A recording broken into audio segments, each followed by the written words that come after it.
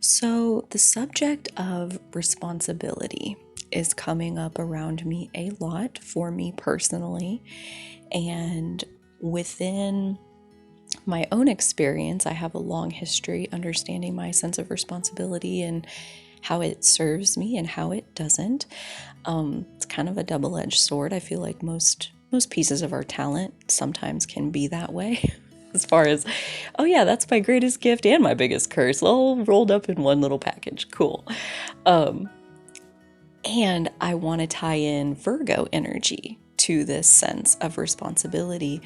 Virgo brings with it two key desires that I think about. I'm sure there's more to it than that, but for the sake of this being a quick little ditty, let's focus on the two key goals or intentions of Virgo energy. I think one is an intention to be of service, an intention to become skilled in a way that lets us be of practical service in the lives of other people.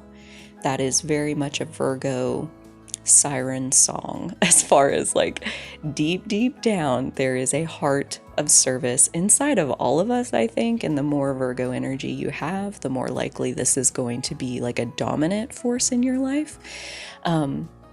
I have a Virgo South node and a Pisces North node and a Pisces Mars.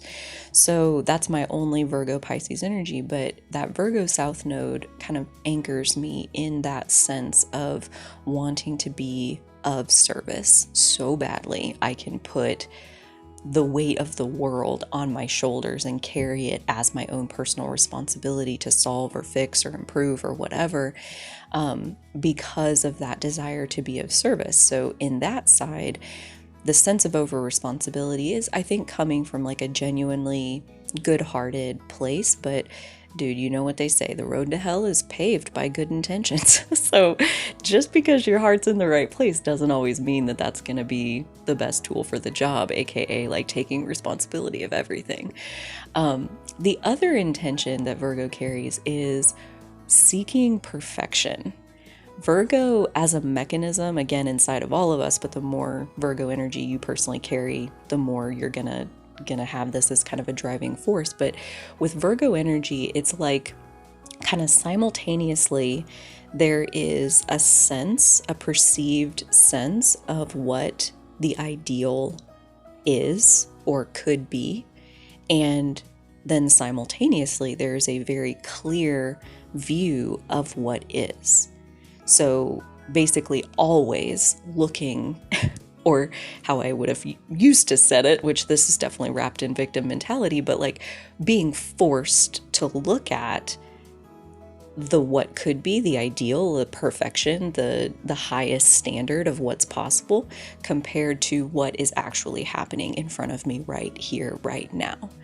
And again, like a little bit of victim mentality in phrasing it this way, but being confronted with that gap all day, every day, for as long as you shall live, like that can be an incredible weight to carry. Like I said, I feel like there are a lot of times where it feels like I take the weight of the world and put it on my own personal shoulders.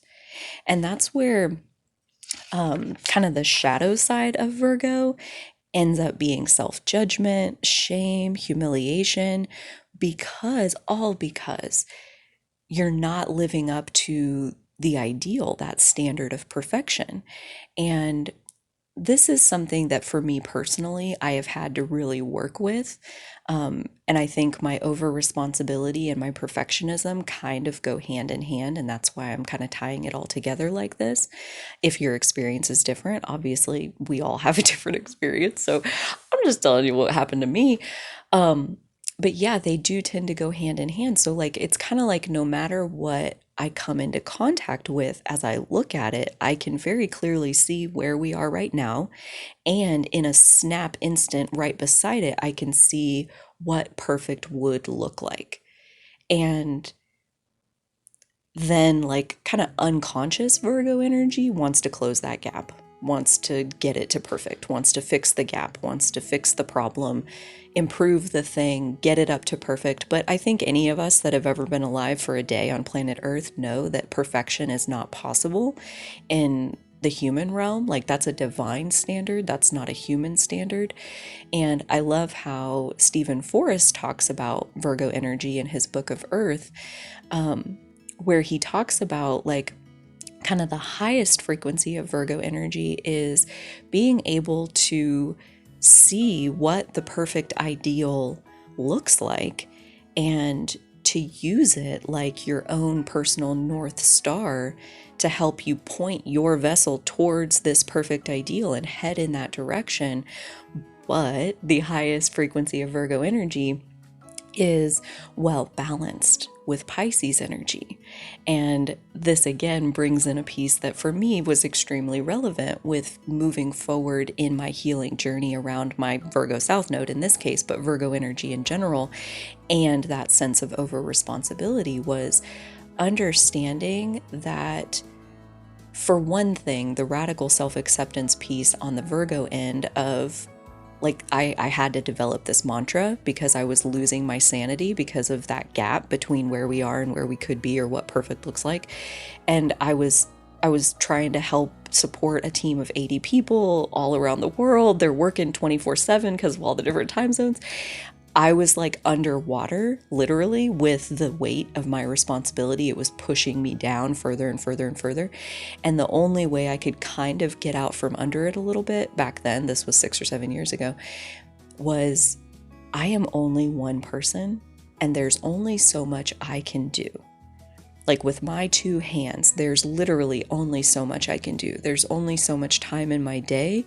And I was even skipping sleeping, and there still wasn't enough time in the day. So that was my coping. That was like me coming up for a breath of air amidst all of this overwhelming responsibility that I wasn't living up to, was being able to say, I'm only one person and there's only so much I could do.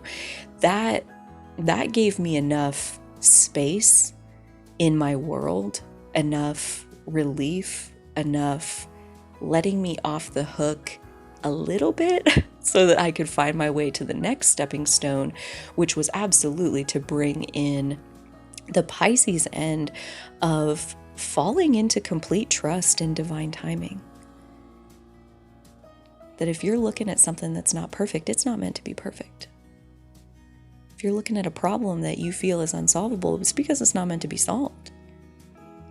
If you're looking at something that's broken, thinking like, gosh, I'm so overwhelmed by how I'm ever going to be able to fix this, maybe you're not supposed to fix it.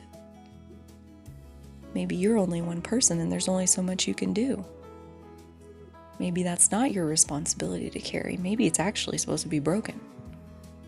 I actually said this morning, like, this person with their negativity is playing such a helpful role in my next project because they're teaching me this and this and this, and these are all tools that I'm going to get to take into my next project. So where I started with like trying to figure out how to get this person to be positive and get over their negativity, in the end, I kind of just left them sit in it. Like, of course, I'd rather they be positive. I think they'd feel better. I think they'd have better outcomes, on and on.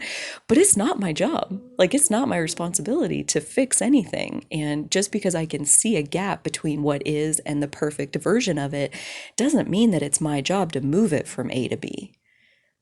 And the acceptance on the Pisces end, the radical acceptance of what is, the ability to believe in divine timing and to know that problems and solutions work in ebb and flow, just like the tide goes in and the tide goes out. The tide goes in, the tide goes out. There's a problem, there's a solution. There's a problem, there's a solution. Like, this is all happening.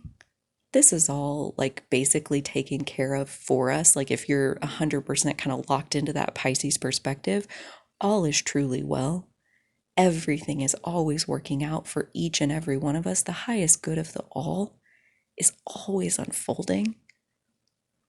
And honestly, like, this genre of beliefs that I now hold very much came from Abraham Hicks. So if you're looking for a place to start as far as like how to begin to open up to trusting divine timing and the unfolding of the bigger picture, because I think that's again where Virgo and the over responsibility piece can kind of get in your own way, as far as like, literally not all of these problems are meant to be solved, and actually the fact that it's broken is more helpful in this moment. So leave it alone. Like, don't even worry about that. So the going with the flow end of Pisces and the ability to feel within yourself and discern within yourself, when is there an openness to me being able to create real improvement in this scenario? And when is it basically a brick wall type moment? Like, when is it just not the right time? And when am I supposed to retreat back inward into my spirit and into the unconditional love that my own personal higher self has for me? I'm doing a great job. Over responsibility or not, all these responsibilities that I put on myself that I could never even begin to hope to live up to. And I still catch myself doing it, and at any time. My spirit is there for me every single time I turn inward to greet me and say, do you know how big of a heart you'd have to be this overly responsible? To want to care, to fix everything in the world. Do you know how big your heart is? Can you take a moment in the middle of all this frustration about all the things that you can't make perfect? Can you realize how close to perfect your heart already is? It cares so much. So beautiful. And for me, I mean, like I said, I still catch myself taking on responsibility for things that are clearly not my responsibility.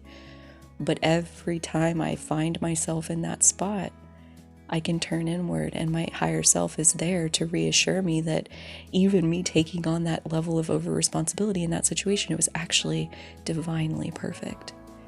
Because every time I do it, the lesson sinks in a little bit more, a little bit more, a little bit more, until today, right now, making this recording, like, I feel like I'm really getting somewhere with my sense of over responsibility and releasing responsibility back to spirit for all of the things that are not truly my task. Don't get me wrong, there are things that are my task. There are things that are my responsibility. My care and well-being is the main one. My taking care of my animals that I've, signed up to keep them alive and feed them and love them and all that. Like, that's my responsibility. What other people outside of my world are choosing for themselves, the things that they choose, the outcomes they're creating for themselves, none of that is for me to fix or handle or choose or give advice or my 2 cents. None of that is my responsibility. And do you know how big your heart is? And we know it's big because you care so much.